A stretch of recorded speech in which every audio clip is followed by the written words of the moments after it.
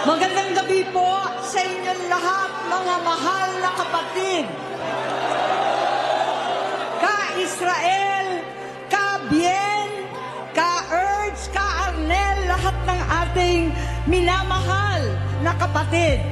Higit sa lahat ang classmate ko mula Congress hanggang Senado, Senador Manong Dante Marcoleta.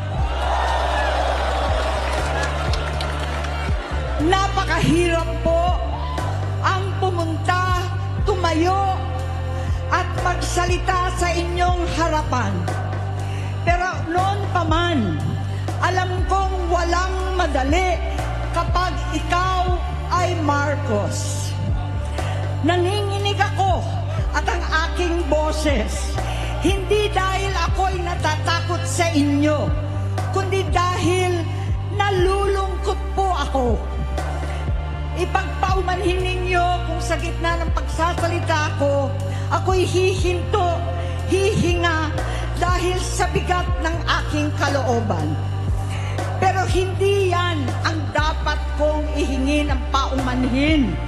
Hindi yan ang kasalanan ko sa bayan na dapat ihingi ko ng tawad. Narito po ako dahil sa tawag ng Iglesia ni Cristo para sa transparency, accountability at hustisya. At dahil sa tawag ng sarili kong konsensya, bilang senador, bilang kapatid, bilang Pilipino. Bata pa lamang kami ni Bongbong.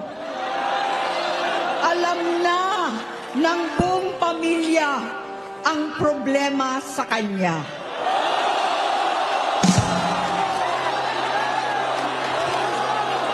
Sa totoo lang, mababasa naman ng lahat ang mga testimonya ng aking ama patungkol sa kanyang ugali at gawain.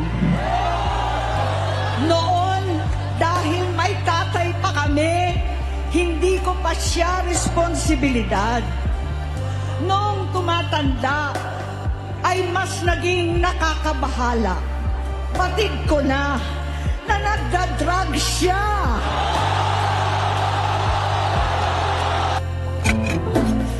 Ang mealtime stress, nakakasira ng fizz.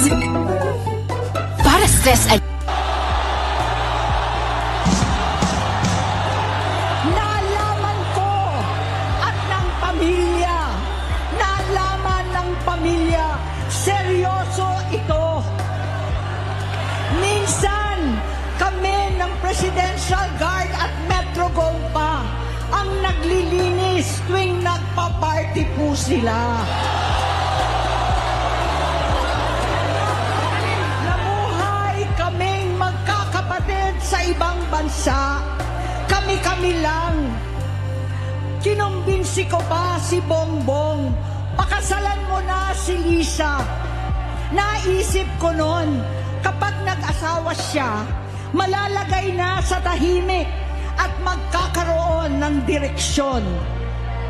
Ang laki ng pagkakamali ko.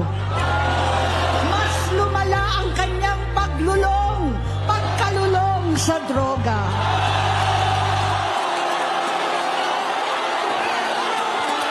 Dahil parehas pala silang mag-asawa.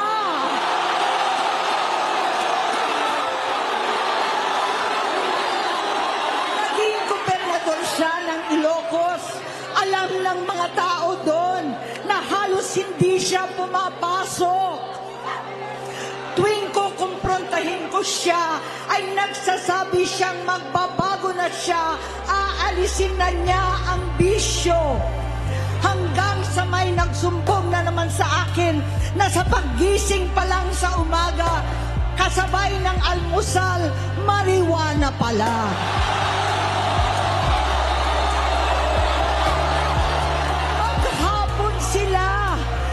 Lahat sila nagiinuman at gumagamit ng cocaine. Kasama ng asawa at barkada. Tulad ng ama ko, Kinastigo ko ang mga barkada niya. Ang nasirang si Bong Dasa, si Edvi Cruz, Inigo, Tony Boy, Sap Anton, alam po ninyo yan. Paano nagre-resign na sa takot ang mga pulis nila at staff dahil sa lumalalang bisyo. Inayos ko sila dahil gusto niyang ituwid ang buhay niya. Gusto niyang mag-vice-presidente.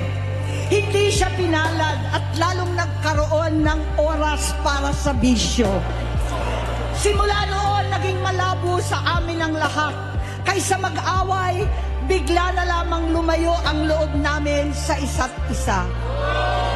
Noong 2016, kasabay ng kampanya ni dating Pangulong Duterte laban sa droga, lumabas ang pangalan ni Bongbong sa listahan. Nakasama siya sa listahan ng mga celebrities, mga artista, Maricel Soriano at iba pa. Masinsinan kong kinausap si Pangulong Rodi. Halos manikluhod ako. Sinabi kong ayon sa kapulisan, dapat unahin, usigin ang mga pusher at saka na lamang sagipin ang mga user. Naligtas si Bongbong. Labis ang takot ko at pag-aalala. Kinausap ko siya at nagsabi siyang talagang siya ay nagbabago na. Muli at lagi, hindi ako nawalan ng pag-asa. Ako'y naniwala ulit. Mula noon na natatanggap ko na lang na balita tungkol sa kapatid ko ay regular na pagpapadoktor. Kaya kumalma naman ako. Iniisip ko, totoo dahil naopera na ang tuhod niya sa gout. Siguro, totoo na ito. Hanggang nito, na lamang nalaman ko na tuloy ang paggamit niya sa mga party na garapalan naghahain ng droga. Pinagmamalaki pa ng mag-asawang kayang-kaya nila ang microdosing ng cocaine. Hati-hatiin daw para 4 na beses sa isang araw. Hindi mabibisto. Ang pampapadoktor, pinalabas nilang pag-stem cell. Nagpapalit daw ng dugo, nagpapa-blood transfusion. Kayang-kaya raw, hindi ko maintindihan ang pinagsasabi. Noong 2021, kahit papano, nagkikita kami at nagkakausap. Sumamba siya sa aking talagang hinintunan niya. Naniwala ako kasi sabi niya gusto niyang tumakbo. Ang sabi ko, tutulong ako sa abot ng aking makakaya. Ipinakilala ko si Bongbong kay Inday. Naging magkatandem sila. Pagkatapos noon ay biglang hindi na niya ako ulit kilala. Kahit si Inday, nagtataka, bigla ako na itsapwera. Kahit ganon, nangampanya pa ako para sa kanya, kahit si Inday na lang ang aking nakakausap. Hindi ko alam bakit ako nakaban sa headquarters nila sa Mandaluyong. Hindi ko alam bakit walang nagre-report sa akin tungkol sa kampanya. Sa totoo lang, masakit mang aminin, nung dinidisqualify na siya, halos papaboran ko na sana dahil may nagsumbong sa akin mula sa kanyang campaign team na gumagamit na naman siya. Wow! Want to level up your kids snack? I-try niyo na ang ice cream bar with Calchis. Nung sinabihan ko, siya at mga taong nasa paligid niya, nagkaisa silang tuluyan akong alisin sa kampanya na ako naman ang bumuo. Sinabi nilang gusto ko na siya ay ma-disqualify para ako ang pumalit. Hindi totoo yun. Iniisip ko ang kalagayan ng aking kapatid at paano siya magsisilbi kung ganyan ang kalagayan niya. Pero pinaparating sa akin na hindi siya lulong at minsan na lamang tuwing nagpa-party. Hindi ko maipaliwanag bakit gusto kong maniwala. at hindi mawalan ng pag-asa. Noong nanalo siya, naging pinakamalayo na kami sa isa't isa. Maliban sa opisyal na tagpuan at kapag pumupunta yung nanay namin, hindi ako sumama sa loob ng 3 taon dyan sa Malacanang. Dahil lantara na doon ang inuman, ang paggamit nila ng cocaine at mga bawal na gamot. Hindi ba ninyo nakikita, naririnig, kakaiba na siya magsalita? Hindi na maintindihan kung ano-ano na ang sinasabi at wala na sa sarili. Nagtatago sa kabaitan niya ang pang-aabuso niya sa droga. At nagbunga na ito ng mga nakakapinsalang maling desisyon. Hinayaan niyang kumilos ang mga nakatalibot sa kanya. Yung mga umaastang presidente habang nilululong siya ng mga ito. Hindi na kami nagkausap. Sa harap ng publiko, pinipilit kong magmukha kaming maayos. Pero wala na kaming koneksyon. Hindi ko hinihiling na maunawaan ninyo ako, lahat kayo. Sa palagay ko, ang makakaunawa lamang sa akin ay ang mga pamilyang may pinagdaanan sa adiksyon, sa inom, sa sugal, sa alak, sa bisyo, higit sa lahat, sa droga. Pagka hindi ko siya nakakasama, buong aking loob na ipasok sa institusyon, ipagamot, iparehab ko na yan. Pero tuwing maghaharap kami noon, hindi kaya ng aking kalooban na gawin yon. Tuwing magsasabi siya sa akin na magbabago na siya, hindi ko siya kayang tiisin. Hindi ko kayang ipagkait sa kanyang pagkakataon at pagbabakasakali. Umaasa ako at laging nananalangin na sana, oo nga, nagbago na siya. Hanggang dumating ang 2024 at 2025, yung bisyo niya na ang dahilan ng pagbahak ng korupsyon, kawalang direksyon, at maling-maling mga desisyon. Walang accountability, wala nang hustisya. Hindi na niya alam ang nangyayari.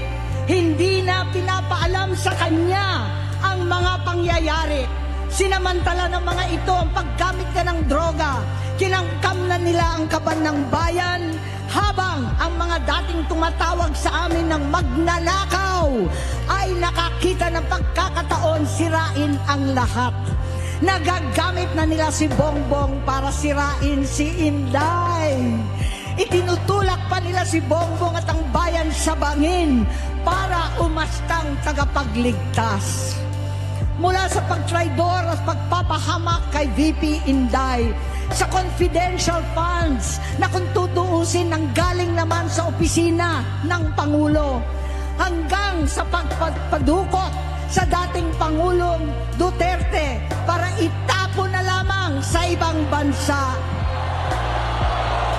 Ang kabaitan ni Bongbong ay naging kalupitan. Garapalan ng pagtatakip sa kanya ng mga nasa Congress, sa Senado, mga miyembro ng kabinete. Kitang-kita na ng taong bayan, wala nang puwang ang kahihiyan. Para bang nauulit ang bangungot ng kasaysayan dinamas namin noon. 68 years old po ang tatay ko nung pinatalsik sa pwesto. 68 years old na rin si Bongbong ngayon. November 17 din, noong 2021, nung nakumbinsi ko si Inday na magbise kay Bongbong. November 18 po, bukas, ang ikatlong araw natin. 9 na taon na nakakaraan, saktong November 18 pa talaga, na pinalibing ni Pangulong Duterte ang tatay ko sa libingan ng mga bayani. Halo-halo na ang aking nararamdaman, pero alam kong ito ang dulo at hangganan ng aking pagtitiis at pananahimik. Hindi na tayo mananahimik! Dahil nalaman kong pati ang mga anak niya ay nagdodroga na. Kinasusuklaman ko pa ang pag-alok ng mag-inang si Sandro ng droga ang aking mga anak at iba pang mga kamag-anak. Yan ang hindi ko na mapapalampas. Sa loob ng halos 4 na dekada, wala akong ibang pinangarap kundi maipakita sa sambayanan na hindi kami masamang tao. Hindi masama ang pamilya Marcos. Gusto kong ibangon ang dangal ng aking ama. Sa pamamagitan na nagpagtatrabaho para sa bayan, sinikap kong maging mabuting gobernador, kinatawan, senador. Hindi ako halos nagpapahinga para makapag-iwan sana ng legasiya na kapag sinabing Marcos, nabawi na namin ang tingin sa nakaraan. Ngunit sa kagustuhan kong maging responsableng anak, matupad ang pangako ko sa aking ama, nabigo akong maging mabuting kapatid. Naging mahina ako kay Bongbong. Sa kapulisan at sundalo, sa lahat ng mga leader at tagapagpatupad ng batas, siya ang Pangulo natin ngayon. Sinabi ko kung anong kalagayan niya ngayon. Tulungan niyo akong mapabuti ang kanyang kalagayan. Tulungan niyo akong matulungan siya. Hindi niya ako kalaban. Ang kalaban niya ay ang sarili niya. At nadadamay ang bansa sa laban na yan. Bilang senador at lingkod bayan, batid ko ang mga problema at gaya ng bayan, alam ko rin ano ang solusyon.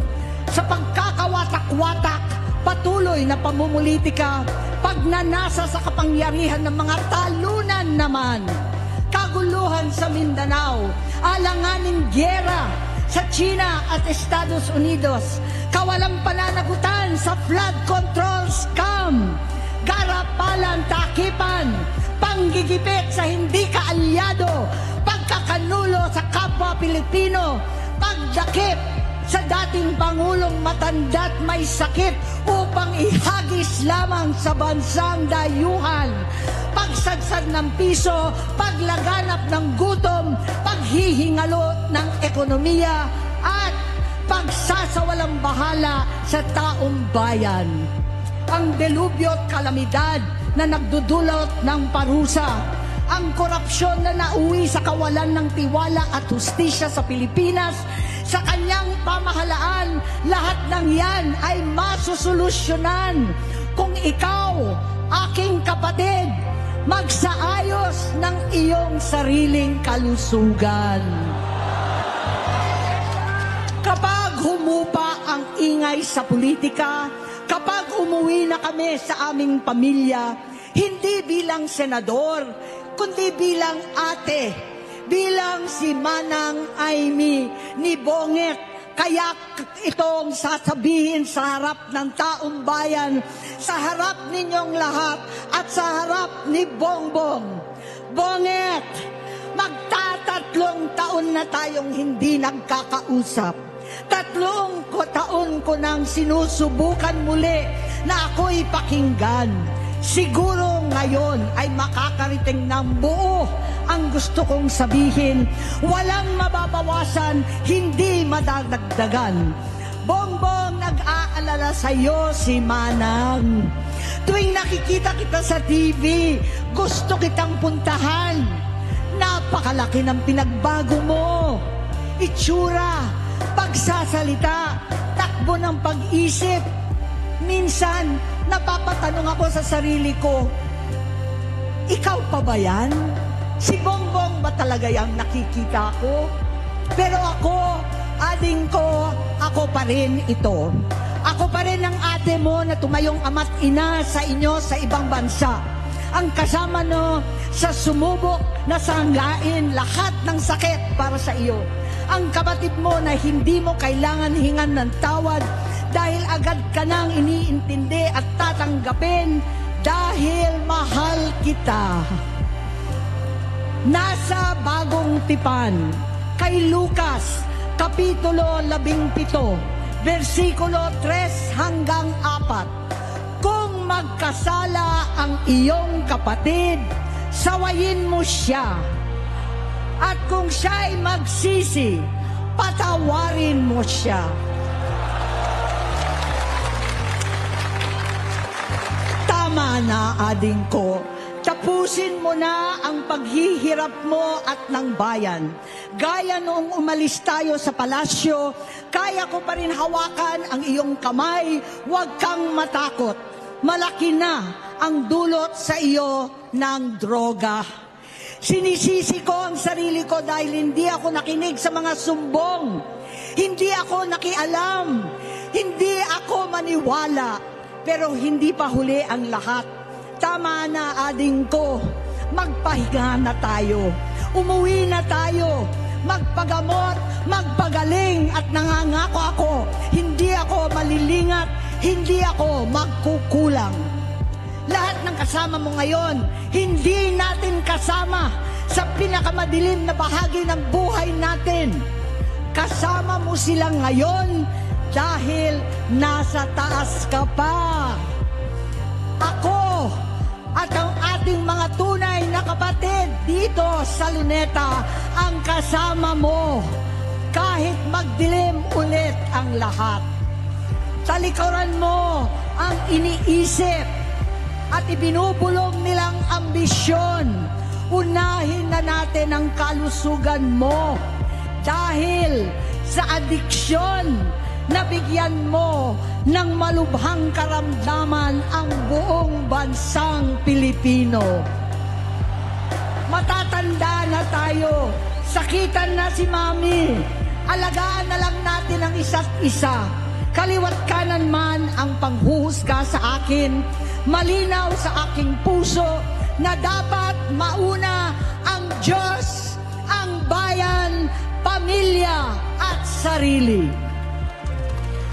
Hanggang sa mga oras na ito, Bonget, gusto kong malaman mo na hindi kita sinusukuan.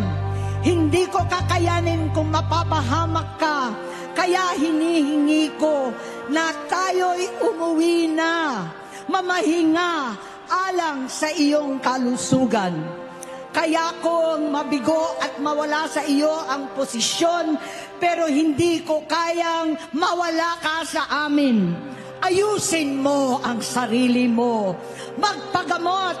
Alisin ang droga sa iyong sistema. Wala akong ibang gusto kundi gumaling ka, malampasan natin ito muli. Dahil wala akong ibang hinahangad bilang ate kundi maging masaya ka, maging ligtas sa panganib, malusog, matagumpay sa buhay.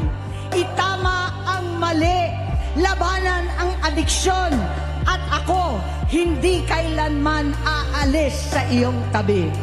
Susuporta at hindi titigil manalangin kasama ninyo dito sa Luneta at sa buong mundo. Dahil iyon naman ang tungkulin at ibig sabihin ng salitang kapatid. Kapatid, mabuhay kayong magkakapatid. Maraming salamat po, Senator Amy Marcos.